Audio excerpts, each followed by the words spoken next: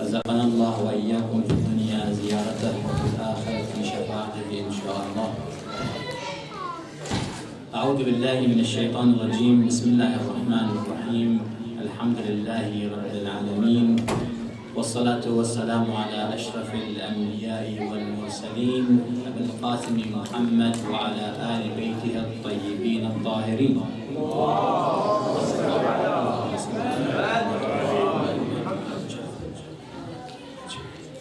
قال الله تعالى في محكم كتابه الكريم: بسم الله الرحمن الرحيم. ذلك ومن يعظم شعائر الله فإنها من تقوى القلوب. I will take this few minutes with you, brothers and sisters, to share some of the ideas, messages that this month, this event of Karbala is trying to teach us. Especially when we look at this verse that I've started with, that it says Allah subhanahu wa ta'ala wants us to glorify certain events. For these events, what he calls signs, it has an impact, it has a good outcome after them, and that is taqwa al-qulub. This particular verse was mentioned in the Quran by twice, and it's relating to Hajj. And Hajj is one of the actions that is done when all the Muslims come together. Every event where we gather, it has a huge impact than an act that we do by ourselves. When I pray in my house, it has a certain effect between me and God. When I come here and pray together with you, brothers and sisters, it has a huge impact on me and those who are around me. So Allah subhanahu wa ta'ala says, for those who come together, do certain acts together, the effects of it will be greater. Therefore, those who honor the signs of God, ash-sha'a'ir, these signs, whoever honors it, Allah subhanahu wa ta'ala in return, He will give him something in his heart which is taqwa, what we call piety. And piety, brothers and sisters, is something that is attained. We have to gain it. It does not come for free. These majalis in particular, when we come and we try to commemorate the martyrdom of Imam Hussain salamullahi alayhi, when we sit and mourn for Imam Hussain, it has two dimensions to it that we always have to keep in mind. When I come and listen to the minbar, to what is being said, I need to do two things I need to gain from it. Otherwise, I'm clapping with one hand. One, I need to be intellectually stimulated. Meaning, I need to understand what do I need to become a better person in life. The second thing that we need to learn from the minbar, from the events of Ashura, the events of Muharam, is that I need to stimulate my emotional aspect.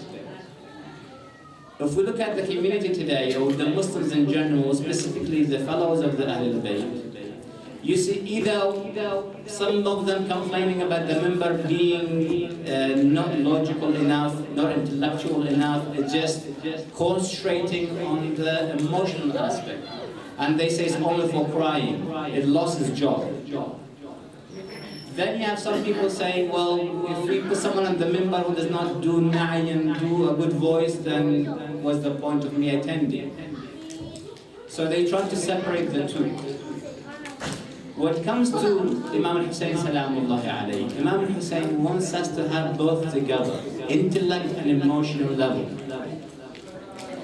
This emotional and intellect, if we combine them together, the heart will start to get activated. The taqwa will kick in. Just being emotional by myself is not going to get me anywhere. Being intellectual won't get me anywhere. I'll give you an example. We pretty much pray on a daily basis. We pray 5 times a day, and 3 times during the day. Most of us, our prayers means nothing. We just stand and sit and stand and sit and we say Assalamu alaikum wa rahmatullah and we have no idea what we've done. Probably most of the time, sometimes we can even get it wrong. Why? Because there is absolutely no connection between me and the one I'm praying to. This connection only comes if me and you are emotionally connected to God. If I'm not connecting to God emotionally, my ibadah, my action, my worship means nothing. I give you a better example, something that we sometimes deal with in our daily life, at least once, twice. When a person falls in love with an opposite gender, be it a male or female, when they get in this relationship, they get so emotionally attached to that person that sometimes whatever they do with them, it does not make a difference because they're occupied, their mind and their hearts are occupied. They could be talking about something absolutely not logical, not rational, or something that what we call stupid, let's say. But yet that person gets entertained, he gets enjoyment out of it. The one that he loves, you can curse him, hit him, and he will still be happy. Why? Because there's a link, there's an emotional link between the two. When we start to link to Allah subhanahu wa ta'ala on an emotional level, then our prayer will make a lot of sense. Then I pray with a lot of humbleness in my heart. I pray with a lot of khushu'. I pray, I might cry. And the same thing with all other actions. We need to get the connection happening between the emotion and the intellect. Because we as Muslims, we all admit that we have to pray at least. We know that we have to pray. If we don't pray, I'll get punished, I'll get thrown in hellfire, and that's something I don't want to do. So I'm being logical, and which is quite right. But what happens to the emotional aspect of my salah that I'm neglecting, I'm not putting an effort to?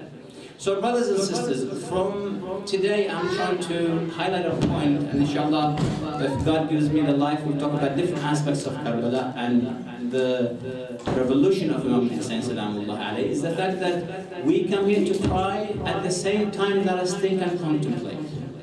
What can I take from the message of Hussein alayhi salam that I can apply in my daily life? What can I change? What can I do to better myself? What can I do to make myself elevate one stage, one level higher? How can I make myself better than the one next to me? Because every year we attend these majalis, and if I'm not making any progress, then I'm losing. Today, let's ask ourselves one fundamental, important question. What have I learned from the majalis of Ashura in the previous years? What will I learn this year? When I'm outside that door, what am I going to learn? Or tell myself that I've learned? Am I going to walk and say, well, it was a nice lecture, the Shaykh had a beautiful voice, I cried and that's it? Or should I say, no, I've learned something that I'm going to change in my daily life? Imam Hussein Salamullah alayhi is a witness on us in these majalis. In the sense that he will say to us one day, whether we like it or not, we will be questioned. He will say that I gave my blood, I gave my life, I gave my children, I gave everything that I hold dear, just so you could become a better person. What have you done? And what am I going to say to him? My phone is full of music. I'm exchanging videos between me and my friends. My mouth is just foul, just says anything that comes to it. I backbite, I fight with my friends, I curse this and I curse that. Then the Imam will say to me, well, I'm very disappointed in you. You just attended my majalis for no reason. You wasted your time, and you wasted my time. If anything, it gave me a bad image. Then you come to this majalis pretending to be the follower of Hussein alayhi salam, pretending to be a better person, a good person, wearing the black. You go outside and nothing changed. You are the same you. We need to make Imam Hussein Salamullah alayhi proud of us, brothers and sisters. Pride, or the Imam being proud, begins with us changing.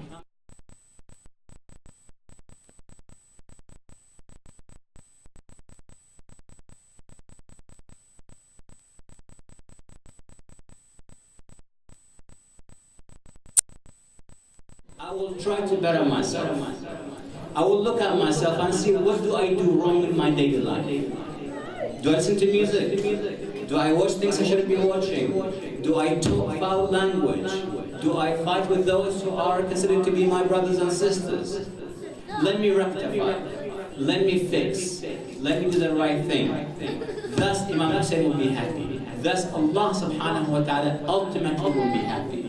If Allah is happy, then you should not care what the world should do to you, as long as Allah is happy with you. So from today, brothers and sisters, I want you to take an oath between you and yourselves, that to say that I promise Imam Hussein that I will make a change in my life from tonight. And inshallah, if I'm still alive until tomorrow, we will look at other aspects of Imam Hussein in Karbala. Because we do make the statements, and pretty much you've heard a lot, that we say that Karbala is a university, it's a school. What are the lessons that we need to learn? If it's a school, give me a lesson, let me apply it into my life. So inshallah, I will give you each night a lesson of Karbala that we can apply into our lives, that hopefully will make our life a lot better. With this I conclude. Wassalamu alaikum wa rahmatullahi wa barakatuh.